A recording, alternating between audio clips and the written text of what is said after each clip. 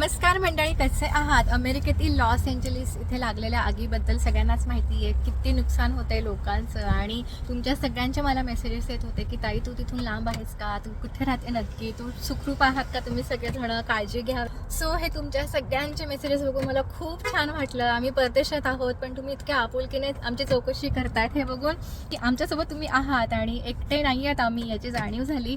परंतु कॅलिफोर्नियामध्ये खूप सध्या वाईट परिस्थिती आहे. जवळजवळ 23,000 एकर एवढी आग पसरली आहे. लोकांची घरं सगळी जळून खाक झाली आहेत आणि खूप वाईट परिस्थिती आहे सध्या त्यांची. परंतु ज्यांचं खूप नुकसान झालं आहे त्यांच्यासाठी आपण स्वामींकडे प्रार्थना करू आणि हे सगळं लवकरात लवकर थांबायला हवं एवढीच इच्छा.